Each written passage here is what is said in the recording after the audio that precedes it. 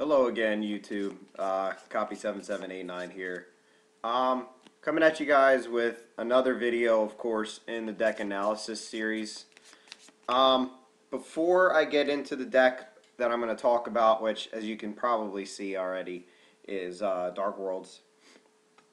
I want to talk about, just real quick, I want you guys to go ahead and check out Monarch 2500's channel. I'm going to have a link to his channel in the description. He did a deck profile on me at Locals this past weekend.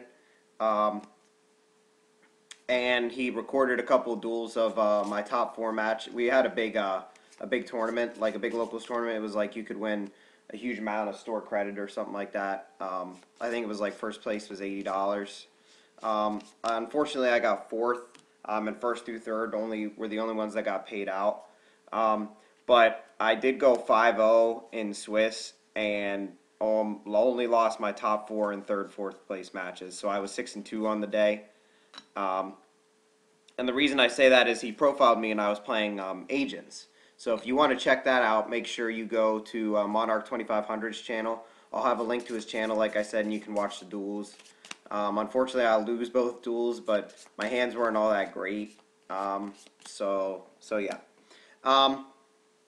Anyway, back to the deck analysis series. Of course, you guys can see that it is going to be based on Dark World today. Yeah. For the most part, for those of you who don't know what Dark World is all about, it's about getting this guy, Grapha, out onto the field. And then just gaining pluses off of stuff like gates, snows to search out your cards, browse in order to allow you to draw into extra cards. And then it can utilize stuff like tour guides in order to get browse out and go into Levier and bring stuff back in order to bounce for Grapha. And then just swing in with Grapha with 3,000 beats. Now, and I say 3,000 because most of the time you're going to have a gates on the field in order to boost Graph up to 3,000. I played Dark World right when it came out. And the one thing I want to say about Dark World, I would probably say it's on the tier 1.5 to tier 2 level. And the main reason I say that is because it has some inconsistency issues. And unfortunately, and it's not because you can't run a lot of monsters, it's because if you do run a lot of monsters, some of the monsters that you're going to be running are the ones that don't get their effects off of discarding for gates and stuff like that. So yeah. The more successful builds I've seen, I've been running fewer monsters and a lot of spells. So if you go up against a deck that can easily get out Naturia Beast, you're probably not in that good of a situation. Now, there's not a lot of decks at the moment that can put out Naturia Beast really easily other than Karakuris, which have lost a lot of, playability, at least at the moment. And 6 Samurai, which you see some 6 Samurai, but most of the time they're going to be able to go into Shien, which means they'll only be able to negate one of your spells. Whereas, well, I mean, at least if they don't know that you're playing Dark World at the moment. So yeah, there's that. Overall, I think Dark World is a pretty linear deck. However, it's one of those decks that allows you to play certain tech cards. Like, well, obviously you want to be playing, at least in my opinion, you want to be playing Tour Guides. And if not Tour Guides, you want to be playing Trance Archfiends. Basically stuff to make sure that your discard engine goes off. So there's that. It also allows you to play different types of trap lineups. Like a lot of the Dark Worlds I've seen have been playing Reckless Greed, so they can consistently get pluses off of their cards. And Reckless Greed is a good way to get the Dark World cards that you need to your hand. And then they use cards like Skill Drain in order to shut down your opponent's strategies while not shutting down your own strategy. Skill Drain obviously hurts your opponent a lot, but Dark World's effects all activate in the graveyard, so they're not affected by Skill Drain. And it's extremely easy for you to just bring out Grapha with 3,000, and your opponent's going to have an extremely difficult time to getting over 3,000 Grapha. And the main reason I say that is because if they are going to get over it, they're going to have to waste some sort of removal, and then if they don't have an answer to you summoning, like, let's say a snow or a brow next turn, you're just going to bounce that right back to your hand to special summon the Grapha back again and just attack over whatever they have on the field, which is why it can be so devastating.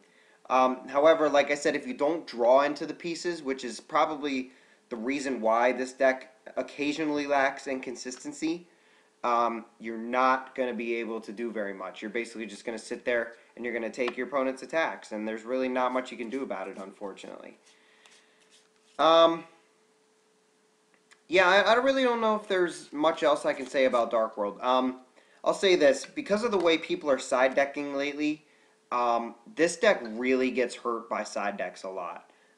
Especially because you're seeing a lot of macro in the side deck.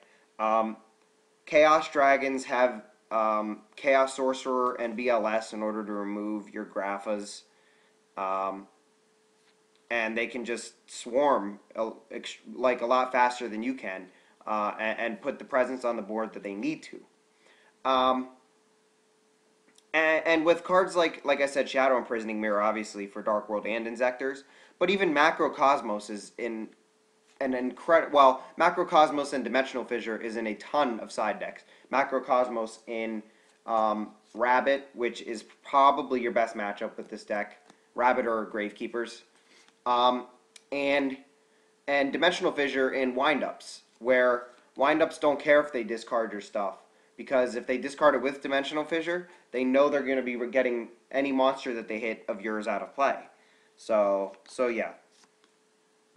And like I said, the only way for you to get your effects off is by by sending them to the graveyard. They don't get their effects just by getting discarded. They have to be discarded and sent to the graveyard in order to get their effects off. So yeah, that's really about all I have on Dark Worlds.